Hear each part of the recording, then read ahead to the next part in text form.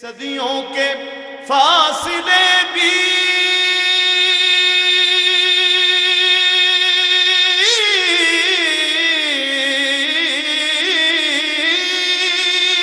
لمحے میں کٹ گئے، کیسا یہ ماجرا ہے معراج مصطفیٰ میں۔ بسم اللہ الرحمن الرحیم۔ اللہم صلی وسلم وبارک علی سیدنا و مولانا محمد وعلی آلہ وصحبہ اجمعین۔ اللہ جل مجدہ کی حمد و ثنا کرتے ہیں اور شکر بجا لاتے ہیں، اور حضور نبی اکرم صلی اللہ علیہ وآلہ وسلم کی بارگاہ میں کثرت کے ساتھ درود و سلام کا ہدیہ پیش کرتے ہیں۔ دیکھیے، اللہ رب العزت نے ہر نبی اور رسول کو معجزات عطا کی،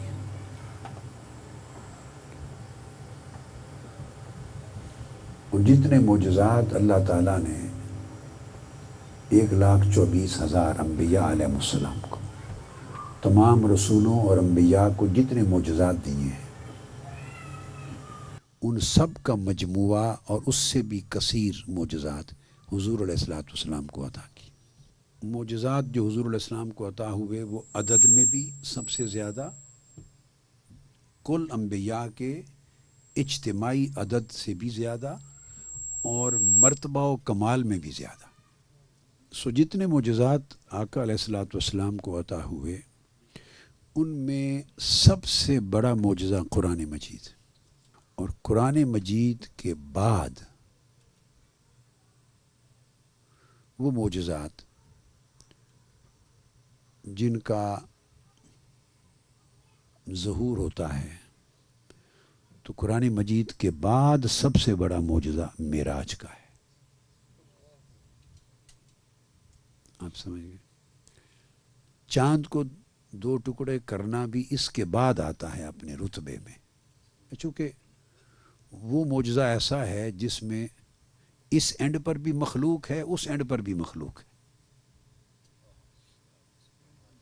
آقا علیہ السلام کی انگلی ہے، کفار نے مطالبہ کیا ہے اور انگلی سے چاند کا سینہ چیر دیا ہے، تو وہ معجزہ سارا عالم خلق میں ظہور پذیر ہوا ہے، عالم خلق میں۔ اور معراج ایک ایسا معجزہ ہے جو عالم خلق سے بھی ماورا اور عالم امر سے بھی ماورا، عالم مکان سے بھی اوپر اور عالم لا مکان سے بھی اوپر صادر ہوا، اور ایک اینڈ پر آقا علیہ السلام ہے اور دوسرے اینڈ پر خود رب ذوالجلال ہے۔ اور اللہ کے حضور علیہ السلام کا پیش ہونا، اور اللہ کا دیدار کرنا، اور اللہ کے کلام کو سننا، اور اپنا ہدیہ اور نیاز پیش کرنا، اور اللہ سے تحفہ وصول کر کے لانا، یہ معجزہ قرآن مجید کے بعد سب سے بڑا معجزہ ہے۔ اب یہ معجزہ چونکہ سب سے بڑا ہے، تو اس میں جو تحفہ دیا گیا امت کے لیے، وہ بھی تحائف میں سب سے بڑا تحفہ ہے۔ جس بارگاہ میں گئے ہیں آقا علیہ السلام، وہ بھی سب سے بڑی بارگاہ ہے۔ باقی معجزات کا جب ذکر آتا ہے نا، تو ان معجزات کے ذکر میں، بیان میں جو فعل بھی منسوب ہوتا ہے، تو یا وہ پیغمبر کی طرف، یا جس چیز پر معجزہ واقع ہوا اس شے کی طرف، یا اس کا معجزے کا ذکر، اس میں فعل ہوتا ہے نا، ایک ورب ہوتا ہے جب سینٹنس بنتا ہے، یا وہ فعل کا فاعل پیغمبر کو بنایا جاتا ہے، اب آپ سمجھ گئے، یا اس کا فاعل جس چیز پر واقع ہوا کبھی اس چیز کی طرف کر دیا جاتا ہے فعل۔ جیسے عیسیٰ علیہ السلام نے فرمایا، میں تمہیں بتاتا ہوں کیا کھا کے آئے ہو، میں مردے زندہ کرتا ہوں اللہ کے امر سے۔ سمجھ گیا کہ نہیں؟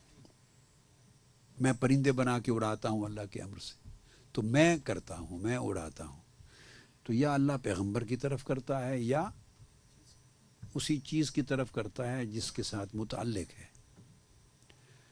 معراج کا معجزہ واحد معجزہ ہے جس میں اللہ رب العزت نے فعل کی نسبت مخلوق کی طرف کی ہی نہیں، حتیٰ کہ حضور علیہ السلام کی طرف بھی نہیں کی. یعنی اس معجزے کو، حضور علیہ السلام کے معجزے کو اس انداز کے ساتھ بیان کیا ہے کہ کوئی انگلی ہی نہ اٹھا سکے، فعل کی نسبت بھی نہیں کی آقا علیہ السلام کی طرف. کیونکہ بہت بڑی بات تھی جو عقلوں اور لوگوں کے فہم اور ادراک سے بالا تر تھی. معلوم تھا کہ انگلیاں اٹھیں گی، زبانیں کھلیں گی. تو جیسے کوئی اپنے محبوب کو کہتا ہے بھئی میرے محبوب تم تو اس طرف ہو جاؤ نا، میں ڈیل کر لوں گا ان سے، بچا لیتا ہے، بچا لیتا. کہتا ہے وہ ان کی چھوڑو بات، ان پر مت مجھ سے بات کرو، میں لے گیا. بتاؤ کیا تکلیف ہے تمہیں؟ مت کہو میرے محبوب نے کہ انہوں نے تو کہا ہی نہیں کہ میں گیا. فرما رہا ہے ادھر مت زبانیں کھولو، ہاتھ مت اٹھاؤ. انہوں نے کب کہا ہے کہ میں گیا؟ میرے محبوب آپ ادھر آ جائیں، میں ان سے ڈیل کرتا ہوں. ادھر چھپا لیا، چھپا لیا. آؤ، جس نے انکار کرنا میں لے گیا. اب جس نے چیلنج کرنا ہے وہ مجھے کرے.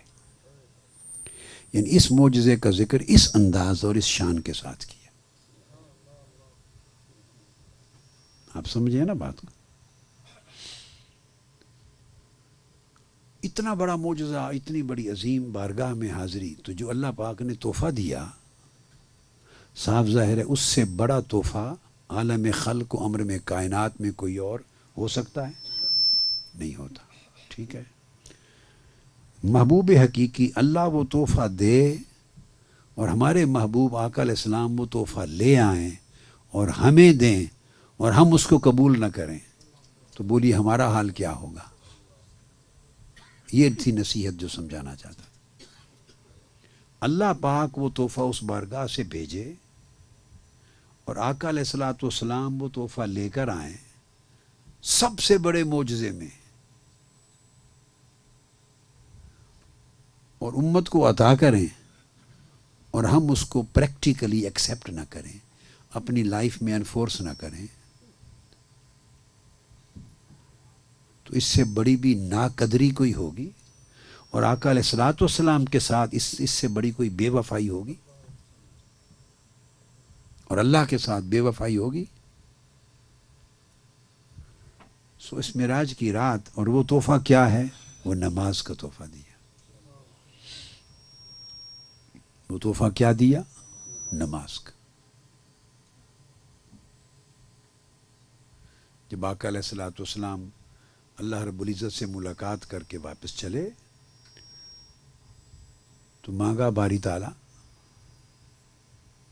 مجھے تو نے جو عطا کرنا تھا کر دیا، تو میں تو اپنی امت کے لیے خالی ہاتھ نہیں جاتا، میری امت کو بھی تو شریک کرنا ان عنایات میں. اور یہ طے شدہ بات ہے کہ جو نعمت اللہ پاک حضور علیہ السلام پر فرماتے، اس نعمت کا حصہ آقا علیہ الصلوۃ والسلام کی طرف سے امت کو ملتا. کوئی نعمت ایسی نہیں جو اللہ نے آقا علیہ السلام کو عطا فرمائی ہو اور اس کا حصہ امت کو نہ ملا ہو. اب میں صرف یہ نقطہ آپ کے ذہنوں میں اور دلوں میں ڈال دیتا ہوں، اس پر تفصیل میں نہیں جاتا، یہ پھر ایک الگ سبجیکٹ ہو جاتا ہے. ایک ایک چیز کو بیان کر کے پھر اس کو ایکسپلین کر سکتے، مگر ذہن میں رکھ لیں کوئی ایک نعمت ایسی نہیں جو اللہ نے آقا علیہ السلام کو دی اور اس کا حصہ امت کو نہ ملا. سو اسی طرح جب معراج کی رات آقا علیہ السلام چلے تو وہی اصول ہوا کہ آقا علیہ السلام کو ثم دنا فتدلی فکان قاب قوسین او ادنیٰ کے مقام پر بٹھایا اور ما زاغ البصر وما طغیٰ کی شان دی. چہرہ اپنا دیدار کروایا. یعنی جو لوگوں کو نصیب ہوگا قیامت کے دن، جو ممکن ہوگا، وہ آقا علیہ السلام کو اسی حیات مبارکہ میں عطا کر دیا. وَفَأَوْحَىٰ إِلَىٰ عَبْدِهِ مَا أَوْحَىٰ، اور باتیں کیں اور اپنا جلوہ کرایا اور باتیں کی، وہی فرمائی، دیدار کیا. تو یہ جو ساری نعمت عطا ہوئی تو چلے تو عرض کیا باری تعالیٰ یہ تو میرے لیے ہے سارا کچھ، یہ تو سارا کچھ تو نے میرا دامن بھر دیا، تو میری امت کے لیے بھی تو کچھ دے نا. اس نے کہا پھر محبوب چونکہ آپ کو سب سے بڑی چیز دی ہے اس رات اپنا دیدار، جو موسیٰ علیہ السلام کو بھی نہیں دیا تھا. یہی وجہ ہے کہ جب پلٹے تو رستے میں موسیٰ علیہ السلام کو کھڑا کیا تھا، وہ بار بار واپس جانے کے لیے. چن کے 313 رسول ہیں اور 5 اولو العزم ہیں، اور ابراہیم علیہ السلام جد الانبیاء ہیں، ان سب کو چھوڑ کے موسیٰ علیہ السلام کو چن کے کھڑا کیا تھا بار بار. آقا علیہ السلام کی بارگاہ سے آ رہے. کیوں؟ وہ اس لیے فرمایا محبوب یہ جو میرا دیدار کر کے اور مجھ سے مل کے جا رہے ہو، اس کی قدر اور اہمیت موسیٰ علیہ السلام سے بڑھ کے کون جانتا ہے؟ اس کی قدر اور اہمیت تو موسیٰ ہی جانتا ہے نا، جس نے مجھ سے مانگا تھا میرا دیدار. تو میں نے کہا تھا کہ لن ترانی، تو نہیں کر سکتا. اس نے پھر اصرار کیا تھا، میں نے کہا نہیں کر سکتا.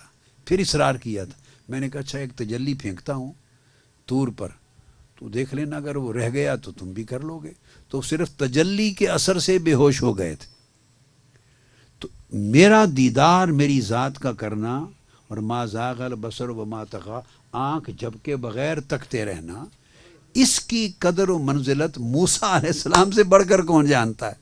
فرمایا موسیٰ علیہ السلام آج یہاں کھڑے ہو دیکھو، تمہیں فرمایا تھا تو نہیں کر سکتا، اور آج جو کر سکتا ہے آج اس کو تک لے. کرنے والے ہیں آج ان کو دیکھ لے کیسے کر کے آ رہے ہیں. تو نمازیں دیں، کیونکہ وہ تو ہر بات میں سے پھر ایک پورا مضمون نکل آتا ہے نا. تو میں نہیں میں ہر چیز سے بچ کے سیدھا اس بات پر لا رہا ہوں. تو 50 نمازیں دی، تحفہ دیا معراج کی رات امت کے لیے. اور وہ عنایت نعمت کیا تھی؟ وہ نعمت تھی اللہ کو تکنا، ما زاغ البصر وما طغی، اور اللہ سے باتیں کرنا اور اس کے قرب، اس کی بارگاہ میں حاضر ہونا، اس کی بارگاہ میں حاضر ہونا. نعمت یہ تھی معراج کی رات جو آقا علیہ السلام کو عطا ہوئی. تو کوئی ایسی چیز ہی ضروری تھی تحفے میں دینا جو چیز اپنے دامن میں ان چیزوں کے اثرات سمیٹے ہوئے ہو. اسی نعمت کا حصہ دینا ہے نا. تو نعمت کیا ہے؟ ثم دنا ہے، فتدلی ہے، قاب قوسین ہے او ادنا ہے.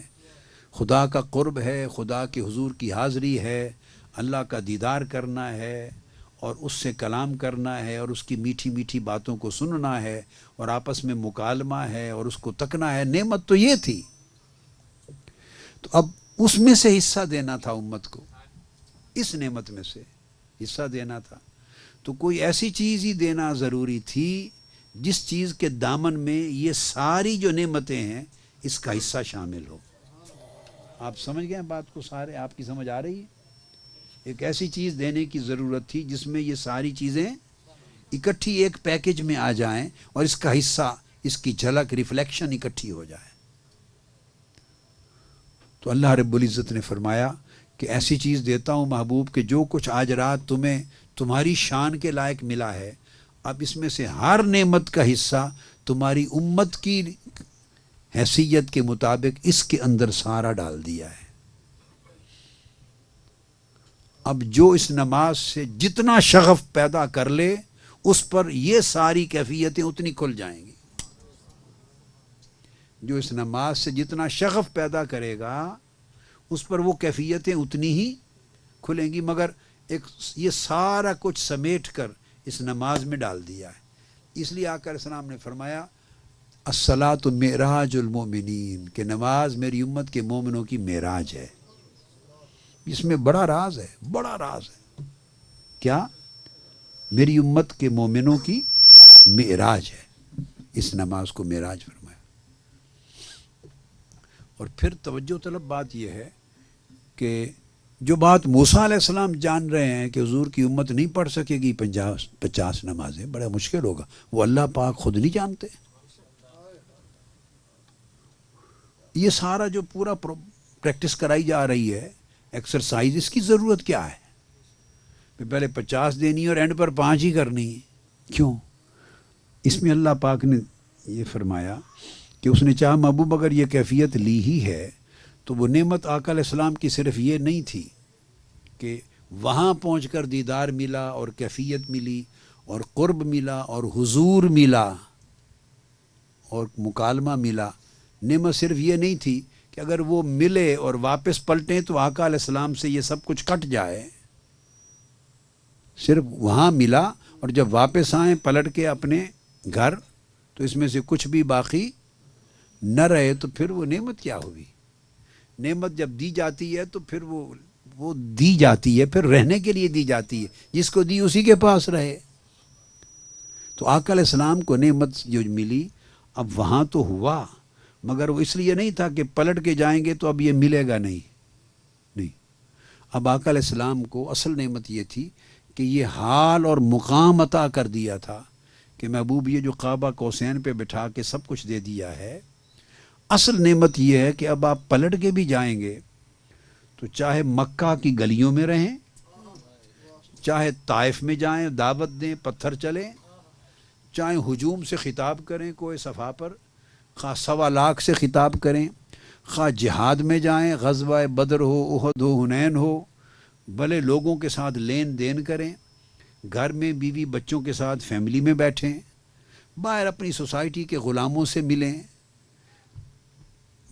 جنگ کے لیے تدبیر کریں، فوجوں کو ترتیب دیں، اسٹیٹ چلائیں، پولیٹیکل میٹرز ہوں، اکنامک میٹرز ہوں، سوشل میٹرز ہوں، ڈومیسٹک میٹرز ہوں. محبوب اب نعمت یہ جو کعبہ قوسین پہ دے دی ہے، اب اس نعمت کا کمال عطا کا یہ ہے کہ یہاں تو تنہا بلا کر دیا ہے نا خلوت میں، اب یہ نعمت ساری جلوتوں میں آپ کے پاس رہے گی. یعنی آپ کا حال اب یہ ہوگا کہ جس حال میں بھی رہیں یہ کیفیت نہیں جائے گی.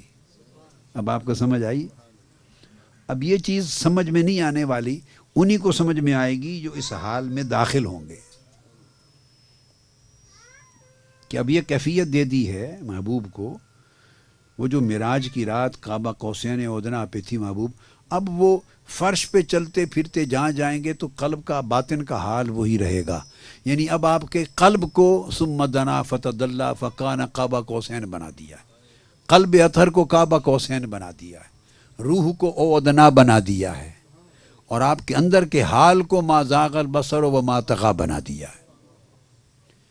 اب آپ جدھر گھومیں پھریں، جن لوگوں میں بیٹھیں اٹھیں، مزاح کریں صحابہ سے اور جنگوں کریں، غصے میں ہوں خوشی میں ہوں، جس حال میں جو بچوں کے ساتھ پیار کریں، ازواج مطہرات کے حلقے میں بیٹھیں ان کی باتیں کریں، جس حال میں ہو محبوب اب یہ کیفیت نہیں جائے گی آپ سے. تو حضور کا اس معراج کے بعد زندگی کا ہر لمحہ کعبہ قوسین ہو گیا تھا. اب سمجھ آئی بات کی؟ کعبہ قوسین ہو گیا تھا. اب یہ جو دائمی کیفیت عطا کر دی تو اللہ پاک چاہتا تھا کہ چونکہ اس کا حصہ امت کو دینا ہے تو یہ دائمی کیفیت چونکہ نماز میں ہے تو محبوب نے مانگا ہے تو ان کی امت بھی دائماً اس کیفیت میں رہے. تو اس نے 50 نمازیں دی کہ ہر وقت اس حال میں رہیں، ہر وقت اس، اگر 50 پڑھنی پڑتی تو ہر وقت اس حال میں رہتے نا. نہیں سمجھے؟ زلیخا عاشق ہو گئی تھی نا حضرت یوسف علیہ السلام پر، دیوانی ہو گئی تھی نا زلیخا، اور وہ کچھ کیا جو جس نے یوسف علیہ السلام کو بڑی مشکلات میں ڈالا. اس کے عشق اور جنون نے اس کو پاگل کر دیا نا، حد کراس کر دی زلیخا نے. جب زمانہ گزر گیا اور وہ ایمان لے آئی اور تائب ہو گئی اور ایمان بھی لے آئی، معافی بھی مانگ لی اور یوسف علیہ السلام کے عقد میں آ گئی. جب ان کی صحبت ملی اور فیض مل گیا، توجہ ملی، صحبت ملی، توجہ ملی، فیض ملی، تو سارا دن وہ 50 نمازوں کی طرح مصلی پر بیٹھتی تھی اور سر اٹھا کے یوسف علیہ السلام کو تکتی بھی نہیں تھی، دیکھتی بھی نہیں تھی. تو ایک روز یوسف علیہ السلام ہنس پڑے، پوچھا بے زلیخا اس وقت تو میری جان کھالی تھی اور مجھے جیل بھجوا دیا تھا، عالم یہ تھا تمہارے عشق اور دیوانگی کا، اور اب حال یہ ہے کہ جب میں مل گیا ہوں، جب میں اس وقت ملا نہیں تھا، مل گیا ہوں تو اب مجھے تکتی نہیں ہو۔ تو زلیخا نے جواب دیا کہ اب جب سے آپ ملے ہیں تو آپ نے کوئی اور ملا دیا ہے، اب اس کو تکنے سے فرصت ملے تو کسی اور کو دیکھوں۔ آپ سمجھیں بات کو؟ وہ اللہ پاک کو پتا تھا یہ پاکستانی شوہروں نے صبح کہنا ہے پراٹھے بنا دو، ساتھ یہ چیز دے دو، یہ چیز دے دو، اور دوپہر سر پہ آئے گا پھر ہانڈی بھی بنا دو، جاتے ہوئے یہ آرڈر بھی دے کے جانا، یہ بنا رکھنا، پھر سارا دن پھر وہ کام کروں گی، شام کو پھر اور کرنا ہے، تو یہ تو سارا دن اس کام میں لگائے رکھیں گے، تو ان کو زلیخا کی طرح وہ لذت کہاں سے ملے گی؟ ان کو وہ کیفیت کہاں سے ملے گی؟ تو اللہ پاک نے چاہا کہ ان کو اپنا فرض دے دوں، تو شوہر کا فرض تو بہر صورت میرے فرض کے بعد ہی آئے گا نا نمبر، تو 50 نمازیں تو سارا دن اسی لو میں لگی رہیں اور اسی مستی میں رہیں، تو 50 اس لیے دی تھی کہ دائماً یہ کیفیت رہے۔ موسیٰ علیہ السلام رستے میں ان کو خود کھڑا کر دیا تاکہ انہیں جہاں سے ہو کے آ رہے ہیں اس کی قدر و منزلت معلوم ہو، تو یہ سارا پری پلانڈ تھا۔ تو عرض کیا کہ یا رسول اللہ آپ کی امت تو نہیں پڑھ سکے گی، پھر آگے آپ کو معلوم ہے، واپس آقا تشریف حاضر ہوئے، پھر 5 نمازیں کم کی، پھر گئے، پھر 5، وہ 5 کی وہ تو اکٹھی 45 بھی کر سکتا تھا نا۔ تو موسیٰ علیہ السلام کو بھی اللہ پاک نے ایک ذریعہ بنایا کہ تم بھیجتے جاؤ، 5 کم کروں گا، پھر میں بھی محبوب کو دیکھتا رہوں گا، ہر بار یہ مجھے دیکھیں گے میں ان کو دیکھوں گا، تو اسی بہانے نمازوں کو کم کرنے کے بہانے 9 مرتبہ پھر ایک دوسرے کو دیکھ لیں گے۔ خیر یہ ایک الگ سبجیکٹ ہے یہ حصہ۔ تو 45 نمازیں معاف کر دیں اور 5 رہ گئیں۔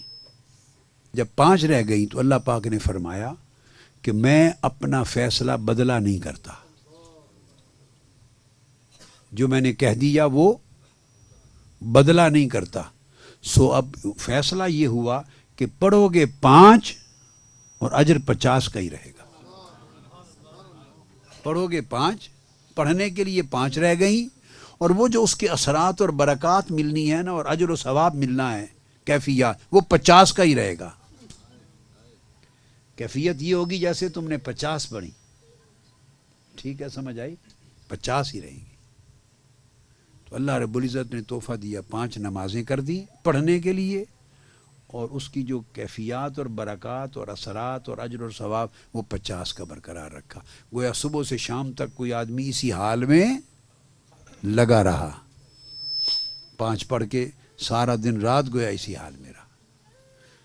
تو 5 نمازوں کا پابندی سے پڑھنے کا مقصد اور اس کا فائدہ یہ ہے کہ جو پابندی سے 5 پڑھ لے، یعنی جس نے فجر پڑھ لی تو یہ حال ظہر تک اس کا برقرار رہا، جس نے ظہر پڑھ لی تو عصر تک برقرار رہا، جس نے عصر پڑھی اس کا مغرب تک برقرار رہا، جس نے مغرب پڑھی اس کا عشاء تک برقرار رہا، جس نے عشاء پڑھی اس کا فجر تک سویا رہا مگر فجر تک برقرار رہا۔ 24 گھنٹے کا سائیکل بنا دیا اللہ پاک نے۔ یہ بہت عظیم تحفہ ہے، یہ وہ عظیم تحفہ ہے۔ اب آخری بات ایک بتا دیتا ہوں، ذہن میں خیال آتا ہے کہ ہم چلو نماز تو پڑھیں مگر اس کے اندر ہمیں یہ کیفیات تو ملتی نہیں، یہ کیفیات تو نہیں ملتی، کیا کریں؟ دیکھو بعض لوگ بینا ہوتے ہیں، بعض نابینا ہوتے ہیں۔ اگر کسی نابینا کو بھی بادشاہ کے دربار میں قرب حاصل ہو اور بادشاہ کے دربار میں کھڑا ہو، پھر بھی اس بیٹھا ہو ہمہ وقت، تو اس کے اور عام رعایا میں کتنا زمین آسمان کا فرق ہے۔ اگر اس کو نظر نہیں آتا تو بادشاہ کو تو نظر آ رہا ہے نا، اگر اس کی نظر اس پہ نہیں پڑ رہی تو اس کی نظر تو پڑ رہی ہے نا۔ تو اگر آپ کو کیفیت نہیں مل رہی کہ اس کو دیکھ سکو، پرواہ نہ کرو، اس حال میں مست رہو کہ مجھے میرا محبوب تک رہا ہے۔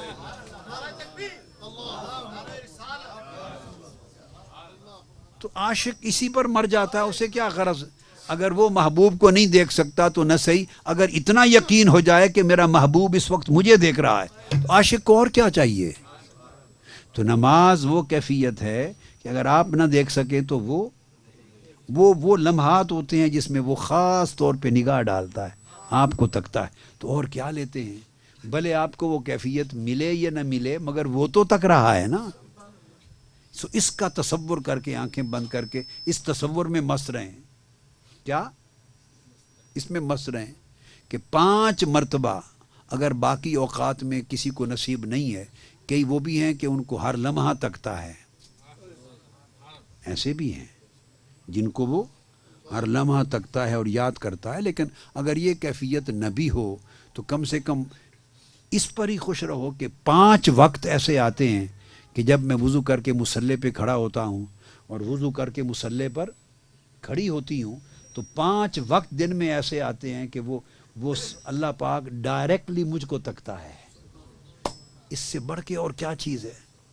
اور کیا چاہیے کہ وہ دیکھتا ہے. اب آگے جب یہ خیال یقین میں بدل جائے کہ اس وقت وہ مجھے دیکھ رہا ہے تو جتنا آپ سنور سکتے ہیں اتنا سنور جائیں. بس جتنا آپ کے بس میں ہے اتنے ادب میں ہو جائیں، اتنا دھیان ادھر کر لیں، اتنے ذوق سے قرات کر لیں، اتنے ذوق سے سجدہ کر لیں، جتنا کچھ آپ کے بس میں ہے کر لیں. اس لیے کہ وہ تو دیکھ رہا ہے نا کہ آپ میری خاطر یہ بندہ اور میری خاطر یہ بندی ایسے جو آنکھیں جھکائے ہوئے ہے، ایسے ذوق سے قرات کر رہی ہے، ایسے سجدہ کر رہی ہے، رکوع، وہ تو سب کچھ دیکھ رہا ہے نا. بس تو اگر محبوب کسی کا تک رہا ہو تو بس محب اور کیا مانگتا ہے. تو یہ 5 نمازیں ایسی ہیں کہ ان اوقات میں اللہ دیکھتا ہے، دھیان کرتا ہے آپ کی طرف. اور آقا علیہ السلام نے اس کی گارنٹی دی، فرمایا الِّسَانُ أَن تَعْبُدَ اللَّهَ كَأَنَّكَ تَرَاهُ فَإِن لَّمْ تَكُن تَرَاهُ فَإِنَّهُ يَرَاكَ. آقا علیہ السلام جو بات میں نے کہی گارنٹی دی، عبادت کرتے ہوئے ایسے کرو کہ تم اس کو دیکھ رہے ہو. اور اگر تمہیں یہ کیفیت اور حال نصیب نہ ہو، یہ حال نصیب نہ ہو کہ تم گویا اس کو دیکھ رہے ہو تو اس کی فکر نہ کرو. اس حال کو یقین میں مست ہو جاؤ کہ وہ تو مجھے دیکھ رہا ہے نا. اور یہ پختہ ہوتا چلا جائے گا نا یقین، تو یہی گریجولی آپ کو کیفیات میں بڑھاتا چلا جائے گا. تو یہ اللہ پاک کا اتنا عظیم تحفہ ہے. تو میں نے چاہا کہ اس تحفے کی اہمیت آپ کو سمجھا دوں. تو کتنی بڑی بات ہوگی کہ آج معراج پاک کی موقع پر جمع ہیں. تو اس تحفے کو دیا تو اللہ اور اس کے رسول نے، لیکن میں اس کی اہمیت کو دوبارہ یاد کرا دیا. تو اس تحفے کو ایسا لے کے جائیں کہ آج رات کے بعد 5 نمازوں میں سے کوئی نماز نہ چھوٹے. کیا میں یہ توقع کر سکتا ہوں؟ کہیں ایسا تو نہیں کہ آپ سے ہاتھ کھڑا کرا لوں اور نہ گناہ ہو جائے، آپ پورا نہ کریں اور پھر گناہ گار ہوں؟ ایسا تو نہیں؟ ہاتھ کھڑا کریں. نقطہ سمجھ آ گیا آپ کو؟ بھلے کچھ دکھائی دے یا نہ دے، وہ تو آپ کے چہرے پر اپنی نگاہیں جمائے ہوئے ہے نا. فَإِنَّكَ بِأَعْيُنِنَا، تم ہماری آنکھوں کے سامنے ہو. قرآن میں تو اس کے دیکھنے سے گناہ دھل جائیں گے. جس کو وہ دیکھ لے اس کا کیا گناہ بچے گا؟ آپ کو وہ حال کیفیت ابھی ملتی ہے نہیں ملتی، بودر نہ کریں. یہی کیفیت پر اکتفا کریں کہ وہ مجھے دیکھ رہا ہے. اور جس کو رب تکے دیکھے اس کے گناہ کہاں رہنے. اور اس کے لیے ایک آسان طریقہ بتا دیتا ہوں جس میں نماز پڑھنا 50% آسان ہو جائے گا. 50% کہ ہر وقت وضو کے ساتھ رہیں. کیا؟ ہر وقت وضو کے ساتھ رہیں. جب وضو پہلے سے ہی موجود ہوگا، ٹوٹے گا ہی نہیں، تو نماز پڑھنا 50% آسان ہو جائے گا. بالکل میں آپ کو ایک آسان سی بات بتا رہا ہوں، اسٹریٹجی کی بات. 50% اٹ سیلف آسان ہو جائے گا. اب مثال کے طور پہ میں آپ وضو کے ساتھ رہنا، آپ کو الحمدللہ اب عادت پڑ گئی ہوئی ہے، یہ پڑ گئی ہوئی ہے نا یہ، کیونکہ اس پر میں نے زندگی پر اتنا زور دیا ہے. تو ہمارے رفقا کو دنیا بھر میں کثرت کے ساتھ الحمدللہ یہ عادت ہو گئی. اور یہ بھی کتنی خوش نصیبی ہے کہ وضو کے ساتھ صرف جسمانی طہارت نہیں ہوتی، آپ کو فیل ہو، یہ فیل ہونا نہ ہونا یہ میٹر نہیں کرتا، ذہن میں رکھ لیں. اس میں مت پڑا کریں کہ فیل نہیں ہوتا. کیا؟ وہ اس لیے فیل نہیں ہوتا کہ ہم میں سے بہت سارے جو ہیں، کیا ہمارے بہت سارے لوگ، ہماری جو روحانی جسم ہے نا، روحانی جو من ہے اندر، وہ انستھیزیا کے حال میں ہے. انستھیزیا کسی کو اگر سٹرونگ دے دیں لوکل بڑا سٹرونگ تو اس کی سرجری کر لیں تب بھی اس کو فیل نہیں ہوتا، اس کا عضو کاٹ دیں تب بھی فیل نہیں ہوتا. تو ہم انستھیزیا یعنی ہم ابھی جاگے نہیں ہیں. ہم ابھی جو جاگ جائے اس کو فیل ہوتا ہے، سوئے ہوئے کو فیل ہوتا ہے. نیند پکی ہوتی ہے نا. میں نے بہت لوگوں کی نیند ایسی دیکھی، آپ یقین جانیے، وہ گلیوں میں سوئے ہوئے ہوتے تھے، شرارتی لوگ ان کی چارپائیاں اٹھا کر دوسرے محلے میں جا کے رکھاتے تھے اور اس کی آنکھ نہیں کھلتی تھی. میں نے اپنی آنکھوں سے دیکھا ہوا ہے. سوئے ہوئے تھے گرمیوں میں نا، پہلے زمانے میں، ابھی بھی سوتے ہوئے تھے گلیوں میں، تو لوگوں کو، لڑکوں کو پتہ ہوتا تھا کہ اس کی نیند بہت سخت ہے، پکی ہے. وہ ان کے 2-4 لڑکے ان کی چارپائیاں اٹھا کے دوسرے محلے میں رکھاتے تھے اور ادھر والے کی چارپائی اس محلے میں رکھاتے تھے. اور صبح اٹھتے تو ایک گالی گلوچ ہو رہا ہوتا تھا صبح جا کر. تو یعنی فیل نہیں ہوا نا اس کو، سین فیل، کیونکہ سویا ہوا ہے، گہری نیند. تو ہم روحانی طور پر سوئے ہوئے ہیں، گہری نیند ہے، ہماری روحیں سوئی ہوئی ہیں، اس لیے فیل نہیں ہوتا. سمپل سی بات ہے، اس لیے فیل نہیں ہوتا. تو بھلے اگر فیل ہمیں نہ ہو تو اس کا مطلب یہ تو نہیں کہ اس کا تکنا کینسل ہو گیا اور اس جو کچھ وہ دے رہا ہے وہ نہیں مل رہا آپ کو. سمجھ گئے؟ اگر فیل نہ بھی ہو تو سانس تو آ رہا ہوتا ہے نا، زندہ بھی ہوتے ہیں، تو کئی چیزیں بحال ہوتی ہیں نا. تو ایسا ہوتا ہے بالکل. اگر آپ کو چیزیں، کیفیات، احوال فیل نہیں ہوتے، فکر نہ کریں، وہ پھر بھی دیکھ رہا ہے، بخشش بھی اتر رہی ہے، اس کی نظر بھی ہو رہی ہے، برکات بھی ہو رہی ہیں. تو وضو مسلسل رکھنے سے اس وضو کی جو طہارت ہے اس کے اثرات اندر باطن تک جاتے ہیں اور وہ فائٹ کرتی ہے طہارت اندر کے اندھیرے کے ساتھ، اور اندھیرا کم ہوتا رہتا ہے، آپ کو پتہ چلے یا نہ چلے. تو وہ ایک کانسٹنٹ پروسیس ہے جو ہوتا رہتا ہے. لہذا ہر وقت وضو سے رہیں. اب مثلا میری عادت، ہماری عادت وضو کے ساتھ رہنے کی، میرا خیال ہے، ایگزیکٹلی تو نہیں بتا سکتا، مگر شاید عمر 10 سال 9 سال کے لگ بھگ ہوگی یا اس سے بھی کم، یا لگ بھگ جب سے سارا دن باوضو رہنے کی عادت پڑی. اور آج وہ باوضو رہنے کی عادت کو اور کچھ نہیں تو کم سے کم 53-54 سال گزر گئے، پوری لائف گزر گئی. وہ بچپن میں پڑی عادت اور وہ ساری زندگی یہ عادت ہی رہی. اور وہ پھر ایک ایسی عادت بن جاتی ہے کہ کوئی مشکل نہیں لگتا کہ آدمی کو ایفرٹ کر رہا ہے، بس پارٹ آف یور لائف ہو جاتا ہے. جیسے آپ تیار ہوتے ہیں، ناشتہ کرتے ہیں، کپڑے پہنتے ہیں، جوتے پہنتے ہیں، چلتے ہیں، ایک پارٹ لائف کا، ایک بالکل. تو ہر وقت وضو کے ساتھ رہنا ایک زندگی کا حصہ ہو جاتا ہے. وہ کوئی اہتمام نہیں کرنا ہوتا جس کے لیے بھی کرنا ہے. اور وضو کی برکات کا عالم یہ ہے کہ آپ میرے گھر سے پوچھیں، 1000 مرتبہ ایسا ہوتا ہے، سینکڑوں مرتبہ درد، شدید سر درد ہوتی ہے، شدید درد سر، نہ گولیوں سے اترتی ہے، نہ میڈیسن سے، نہ دیر تک سر دبانے سے اترتی ہے. صرف وضو کرتا ہوں تو درد سر بھی چلی جاتی. دوران وضو، یہ بھی نہیں وضو کرنے کے بعد، نہیں، بس وضو شروع کیا، ہاتھ دھوئے، ابھی کلی کر رہا تھا کہ درد گئی، ختم. اور پوری زندگی میرا ایسے ہوتا ہے، مجھے پتا ہے، بچوں کو آپ پوچھیں، ہمیشہ اکثر اوقات میری تھکن، جسم ٹوٹ رہا ہے، بس وضو کیا اور سب تھکانی چلی گئی، فریش ہو گیا. تو آپ تصور نہیں کر سکتے کہ وضو کی اثرات و برکات کتنی ہیں. تو جیسے جسم پر وارد ہوتی ہیں نا، اسی طرح اندر روح پر بھی ہوتی ہیں، قلب و روح پر. لیکن میں نے نکتہ یہ بتایا کہ کبھی کسی کو فیل ہوتا ہے، کسی کو فیل اس لیے نہیں ہوتا کہ ہم سوئے ہوئے ہیں نا، روحانی طور پہ ہم نیند میں ہیں. جو جاگے ہوئے ہوتے ہیں ان کو فیل ہو جاتا ہے.